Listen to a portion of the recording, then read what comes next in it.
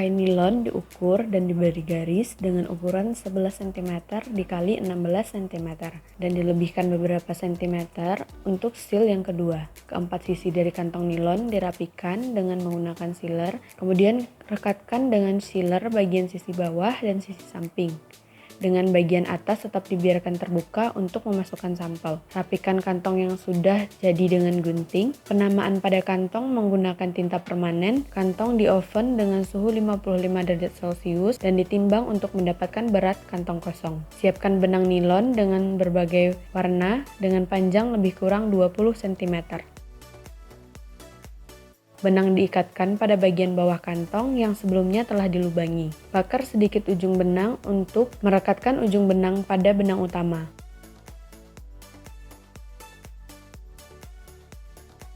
Timbang sampel menggunakan timbangan analitik. Kemudian dimasukkan ke dalam kantong nilon. Bagian atas kantong nilon diikat dengan menggunakan karet gelang.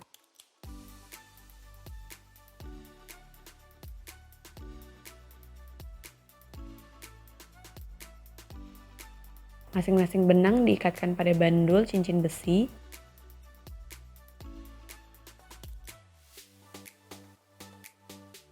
Kantong nilon dan bandul dimasukkan ke dalam rumen hingga hanya menyisakan pegangan bandul.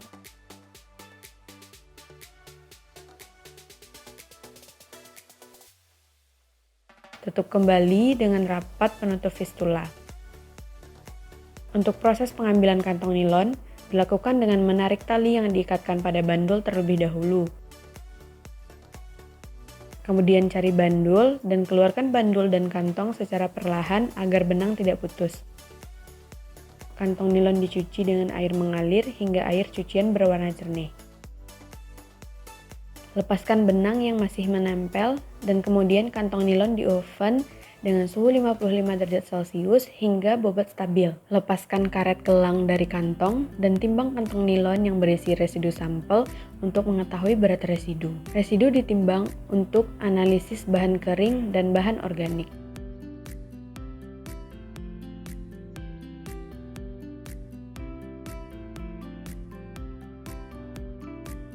Assalamualaikum warahmatullahi wabarakatuh. Selamat datang di Praktikum Teknik Laboratorium dan Penelitian Nutrisi Makanan Ternak, acara Insako. Nah, untuk poin pertama yang perlu teman-teman ketahui di sini adalah apa sih metode Insako itu? Jadi yang dimaksud dengan metode Insako itu merupakan metode yang digunakan untuk mengestimasi degradasi dan laju degradasi bahan pakan oleh mikroba rumen. Nah, kemudian untuk prinsip dari metode Insako ini sendiri adalah kita memasukkan suatu sampel bahan pakan di dalam kantong nilon, kemudian kita inkubasikan ke dalam rumen ternak yang berfistula, kemudian nanti kita inkubasikan selama waktu tertentu dan setelahnya kita keluarkan, dan bobot yang hilang dari sampel yang kita masukkan itu dianggap sebagai pakan yang terdegradasi oleh mikroba rumen. Nah, kemudian untuk tingkat degradasi pakan di dalam rumen secara Insako ini dipengaruhi oleh beberapa faktor. Di antaranya yang pertama adalah jenis dan ukuran pakan. Jadi akan berbeda kalau misal kita menganalisis secara Insako pakan antara yang jenis konsentrat dan juga jenis hijauan. Dan ukuran dari partikel pakan pun kan kita nanti menggiling atau menggrinding partikel pakan yang akan kita analisis. Nah, itu pun nanti ukurannya juga harus diperhatikan dengan screen yang ukuran berapa seperti itu. Nah, untuk faktor yang kedua adalah porositas atau ukuran pori-pori kantong nilon yang akan kita gunakan. Jadi, kalau yang umumnya digunakan oleh para peneliti itu adalah 40 sampai 60 mikron. Nah, pada ukuran tersebut itu dianggap tidak terlalu kecil untuk mikroba yang di lingkungan rumen untuk masuk ke dalam kantong sehingga bisa mendegradasi pakan yang di dalam kantong, dan tidak terlalu besar sehingga pakan yang di dalam kantong nilon itu tidak lolos begitu saja tanpa melalui proses degradasi oleh mikroba rumen lewat pori-pori kantong itu sendiri. Kemudian untuk faktor yang ketiga ini adalah lama inkubasi di dalam rumen. Jadi nanti disesuaikan, kita mau tingkat degradasi sampai dengan berapa jam inkubasi gitu. Bisa misalkan nanti sampai 48 jam saja, atau bisa bahkan ada yang sampai 96 jam seperti itu. Nanti disesuaikan dengan kebutuhan dari peneliti itu sendiri. Kemudian yang terakhir adalah proses pencucian kantong nilon itu. Jadi nanti setelah kantong nilon dikeluarkan itu akan dicuci, dan pencuciannya itu harus memberikan perlakuan yang seragam. Jadi tanpa diperas, dan kita hanya mencelup-celupkan di dalam air mengalir sampai dengan warna di dalam wadah air untuk pencucian itu menjadi jernih sepenuhnya.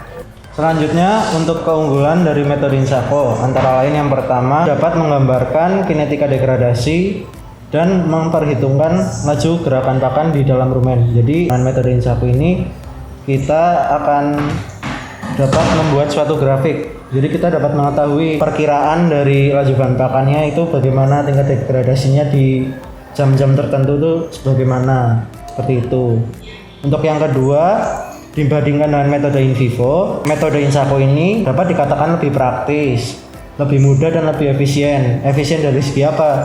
Yang pertama dari segi biaya, dari segi waktu pun juga, dari segi metode pun juga lebih praktis, karena metode ini cuma fokus di suatu organ, yaitu rumen. Nah, terus untuk yang ketiga, besar dan tingkat degradasi bahan pakan dapat diketahui dengan cepat. Mengapa dapat diketahui dengan cepat? Karena sebenarnya metode Insako adalah metode in vivo yang disederhanakan. Jadi kalau misal metode in vivo kan ada dari proses intake pakan sampai ke rumen. Nah, sedangkan metode Insako sendiri adalah metode kita untuk mengetahui kecernaan di dalam rumen dengan kita memposisikan bahan pakan seperti sudah didegradasi oleh organ-organ sebelumnya. Jadi mengapa bahan pakan kita breeding terlebih dahulu, seperti itu. Terus untuk yang keempat, metode yang digunakan sederhana, sampel pakan secara langsung diinkubasikan di dalam rumen. Yang kelima adalah dapat menginkubasi lebih dari satu macam pakan di dalam waktu yang sama. Jadi untuk kapasitas maksimal di dalam rumen itu untuk dimasukin kantong adalah sekitar 36 sampai 40. Kita beralih ke kekurangan dari metode Insako. Kekurangan dari metode Insako sendiri, kita tidak bisa memperhitungkan atau memastikan di mana titik optimal degradasi pakan tersebut terjadi. Jadi kita kan contohnya seperti ini. Kita mengasumsikan biasanya diambil dari literatur titik optimum dari pencernaan mikrobia di dalam rumen untuk suatu substrat bahan pakan tuh di jam ke-48.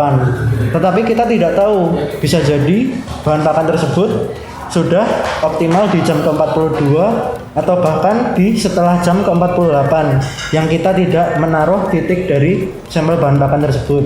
Jadi kita hanya bersifat memperkirakan. Oke, selanjutnya kita masuk ke dalam tahapan metode Insako. Yang pertama itu ada tahapan preparasi sampel, di mana sampel bahan pakan yang kita gunakan terlebih dahulu kita giling menggunakan Wiley mill dengan ukuran screen 2 mm.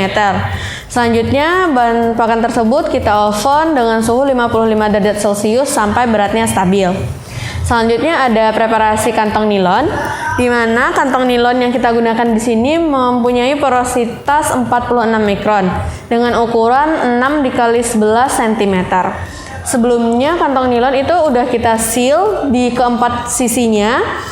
Kemudian kita rekatkan lagi dengan seal pada bagian bawah dan sisi samping. Untuk sisi atasnya kita biarkan terbuka untuk memasukkan sampel bahan pakan yang akan kita gunakan. Selanjutnya, kantong yang udah kita seal kita tulisi atau kita beri kode dengan bahan pakan yang kita gunakan, replikasi yang kita gunakan.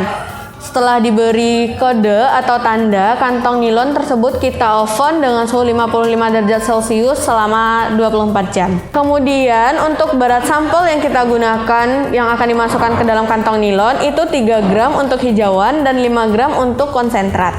Oke, selanjutnya kita masuk ke dalam adaptasi pakan. Tahap adaptasi pakan itu bertujuan untuk membiasakan ternak terhadap pakan yang akan kita ujikan. Selanjutnya itu untuk mengeluarkan atau membuang sisa-sisa bahan pakan sebelumnya. Yang ketiga itu untuk mengkondisikan mikroba rumen agar sesuai dengan karakteristik bahan pakan yang akan kita ujikan. Selanjutnya masuk ke dalam tahap inkubasi kantong ke dalam rumen. Sebelumnya, kantong yang kita gunakan terlebih dahulu kita ikatkan pada cincin besi yang sudah dilapisi dengan krom dengan berat 675 gram. Selanjutnya, kantong nilon kita inkubasikan ke dalam rumen selama waktu tertentu. Selanjutnya, masuk ke dalam tahap panen kantong nilon.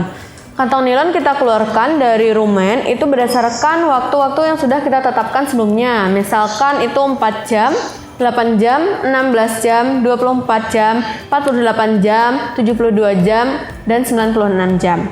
Karena waktu pemanenan kantong nilon itu yang berbeda-beda dan kita melakukan pencucian kantong itu secara bersamaan atau seluruh kantong setelah dipanen, maka kantong nilon yang sebelumnya sudah kita panen itu kita masukkan ke dalam refrigerator. Tujuannya untuk mencegah mikrobia itu tetap berkembang atau tetap mendegradasi bahan pakan. Sebelum dimasukkan ke dalam refrigerator, kantong nilon yang sudah kita panen terlebih dahulu kita bersihkan dari sisa-sisa bahan pakan yang masih menempel pada kantong nilon, namun tidak menggunakan air sebagai media pencuciannya atau pembersihannya. Selanjutnya kita masuk ke dalam tahap pencucian kantong. Kantong yang sebelumnya sudah kita panen, kita cuci dengan air mengalir di dalam wadah sampai air cucian berwarna jernih. Kemudian tahap selanjutnya itu ada tahap analisis. Tahap analisis kita sesuaikan dengan kebutuhan peneliti. Bisa dari analisis bahan kering, analisis bahan organik, serat kasar, dan protein kasar. Oke, sekian dari penjelasan mengenai Insako dalam praktikum teknik laboratorium dan nutrisi makanan ternak. Saya tutup. Wassalamualaikum warahmatullahi wabarakatuh. Asik.